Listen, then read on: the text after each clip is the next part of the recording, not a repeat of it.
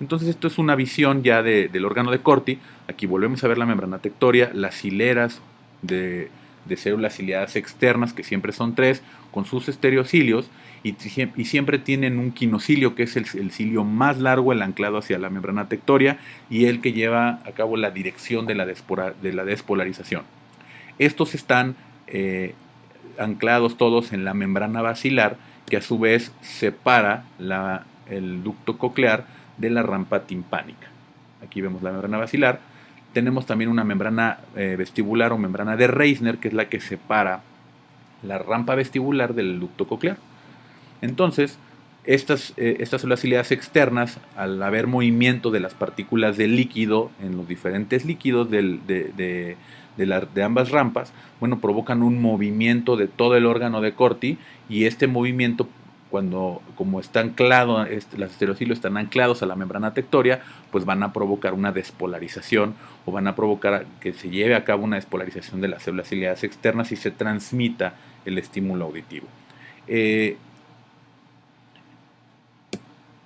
Bueno, pues la cóclea es un tubo óseo en forma de un caracol, aproximadamente 35 milímetros. Ya lo vimos en un esquema como si estuviera completamente desenrollado. Aquí lo vemos parcialmente enrollado. Está dividido por las escalas que ya mencionamos también, y este potencial de acción es el potencial endococlear, y está producido, como ya lo dijimos, por la estría vascular. También tenemos lo que se conoce como la onda viajera, que determina el patrón de desplazamiento o desplazamiento de la membrana basilar. Y bueno, esta onda viajera, que es finalmente el movimiento de los líquidos desde un extremo de la cóclea, que es la base de la cóclea, hacia el ápex o hacia el ápice de la cóclea, pues va progresando. Dependiendo del pico de amplitud de la onda que se va a captar, o la onda que se va a enviar hacia los líquidos del oído interno, dependiendo de esa amplitud, bueno, pues es la zona de la cóclea que se va a estimular, y en función de la frecuencia del estímulo es el área que nosotros tenemos como estímulo que va a llevar a cabo la despolarización de ciertas fibras nerviosas. A pesar de que esto suene un poco complejo, esto se explica por lo que nosotros conocemos como tonotopicidad coclear. Y esto es lo que nosotros ejemplificamos acá. Esta es la onda acústica. Si nosotros tenemos una onda acústica, o es decir, tenemos una onda de sonido de alta frecuencia, es decir, sonidos muy, muy agudos, entonces se van a estimular las zonas más basales de la cóclea, es decir, las zonas que se encuentran más pegadas a las ventanas, es decir, estas que ven ustedes acá. Entre más grave sea el sonido y menos frecuencia de onda tengan, lo que se va a estimular son las zonas más apicales de la cóclea. Okay, aquí otra vez la misma cóclea desenrollada con sus diferentes rampas, y vemos como en este esquema nosotros la amplitud de onda es justamente la que está estimulando esta zona de la cóclea, más o menos a la mitad, y esta zona de la cóclea es la única que está llevando a cabo la transducción en este momento. Evidentemente los sonidos tienen un número mezclado y simultáneo de ondas acústicas que estimulan las diferentes áreas de la cóclea al mismo tiempo, pero en forma separada. ¿Okay? Entonces, las emisiones fotoacústicas son los sonidos que nosotros podemos detectar. Estos sonidos no son detectables a simple audición, se requieren de ciertos micrófonos y ciertas pruebas, pero son sonidos que emiten las células ciliadas externas, tanto en forma espontánea como posterior a un estímulo. La percepción o la medición de estas emisiones fotoacústicas, que son los movimientos de las células ciliadas externas, y el sonido que causan en forma espontánea es lo que nosotros conocemos como emisiones fotoacústicas espontáneas, y son la base en la medición del tamiz auditivo neonatal. ¿Okay? Entonces, si alguien tiene emisiones fotoacústicas, es porque tiene audición en términos generales. Entonces, las células ciliadas externas tienen estos estereocilios y un quinocilio, ya lo habíamos visto, y estos estereocilios están todos anclados entre sí por algo que se conoce como tip links. Son importantes en la traducción de energía mecánica en eléctrica. Las células ciliadas externas son muy diferentes morfológicamente unas de otras, y también de las células ciliadas internas.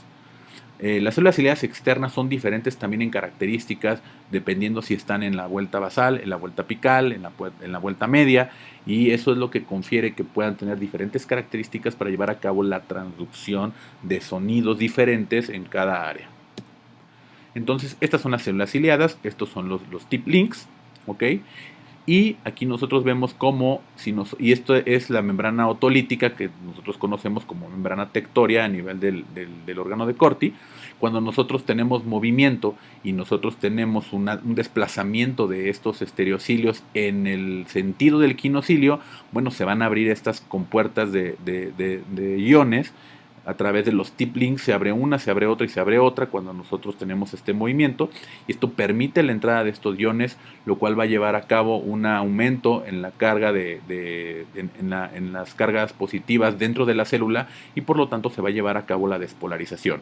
Esta despolarización se lleva también gracias a la entrada de iones de potasio y iones de calcio dentro del mismo tip link, lo que provoca también que se abran compuertas entre las células ciliadas externas, y por lo tanto se lleva a cabo la despolarización, y es así como se estimula por medio de los neurotransmisores en las membranas apicales, pues que se lleva a cabo la transmisión de ese estímulo eléctrico. Hacemos hincapié en que estas células ciliadas en esta zona probablemente estemos específicamente en la zona basal o en la zona apical o en alguna de las zonas, y dependiendo de cuál es el estímulo en frecuencia de onda es el grupo de células que se estimula. ¿Ok? Al final, estos estímulos que se generan y que van a provocar una serie de estímulos eléctricos van a llegar se van a transmitir todos en conjunto a través del nervio coclear a los diferentes niveles para llegar finalmente a la corteza auditiva, donde son traducidos en sonido. Estos diferentes niveles en la vía auditiva central pues son el núcleo coclear, el cuerpo olivar superior, el colículo inferior, el tálamo y la corteza. Nosotros no vamos a entrar en detalle aquí con las vías centrales. Nosotros estamos hablando básicamente de la fisiología auditiva y lo que se lleva dentro del oído interno. ¿Ok? Bueno, nosotros hasta aquí terminamos la clase, y les voy a poner un video.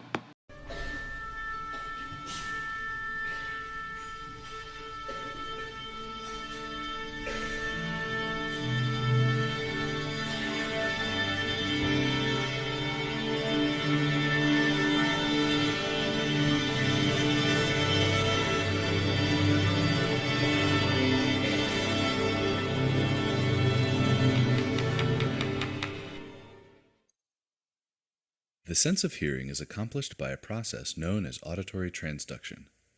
The ear converts sound waves in the air into electrical impulses, which can be interpreted by the brain. As sound enters the ear, it passes through the external auditory canal, where it meets the tympanic membrane. The tympanic membrane then vibrates in response to the sound.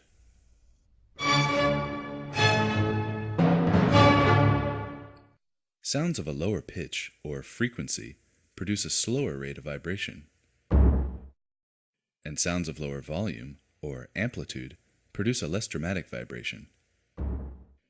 Higher frequency sounds produce faster vibrations. The tympanic membrane is cone-shaped and articulates with a chain of 3 bones called the auditory ossicles. They consist of the malleus, the incus, and the stapes. The movements of the tympanic membrane vibrate the ossicles, passing on the information of frequency and amplitude. The 3 bones pivot together on an axis shown here in red.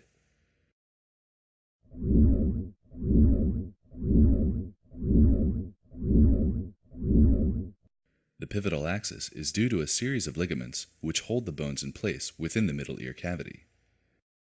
The anterior malleal ligament and the posterior incutal ligament are of particular importance for the pivotal axis. 2 structures which normally obscure this view of the middle ear have been removed.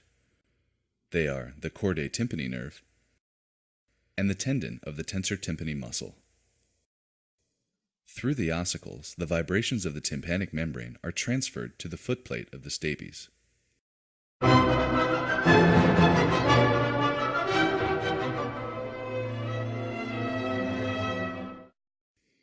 The stapes moves with a piston-like action, which sends vibrations into a structure called the bony labyrinth.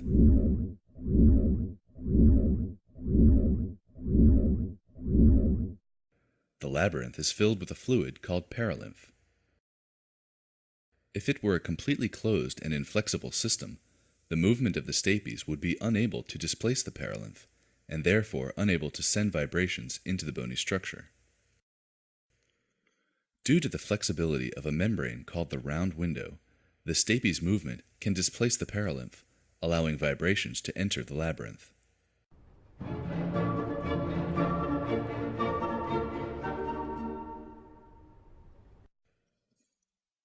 The corridor leading to the round window is found within the spiral portion of the bony labyrinth known as the cochlea.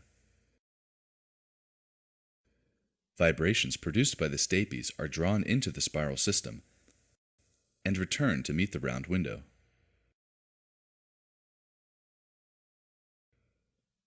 The portion of the spiral passage in which vibrations ascend to the apex of the cochlea is called the scala vestibuli.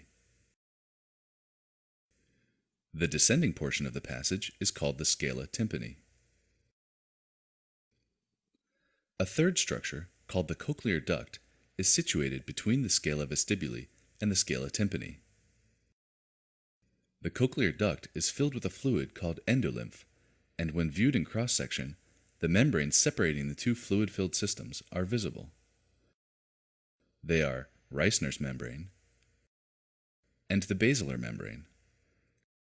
The membranes are flexible and move in response to the vibrations traveling up the scala vestibuli. The movements of the membranes then send vibrations back down to the scala tympani.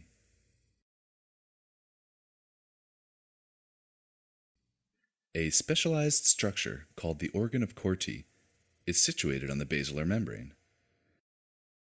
As the basilar membrane vibrates, the organ of Corti is stimulated, which sends nerve impulses to the brain via the cochlear nerve. The actual nerve impulses are generated by specialized cells within the organ of Corti called hair cells. The hair cells are closely covered by a structure called the tectorial membrane.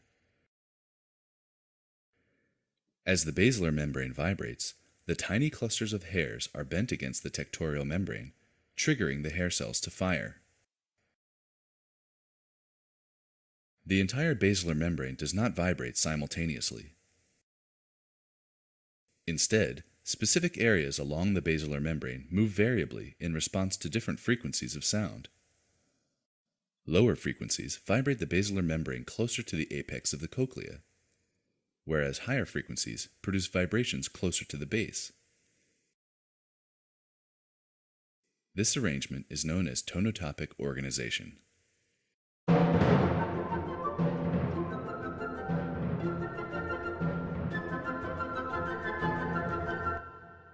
Together, this sequence of events is responsible for our acoustic perception of the world around us.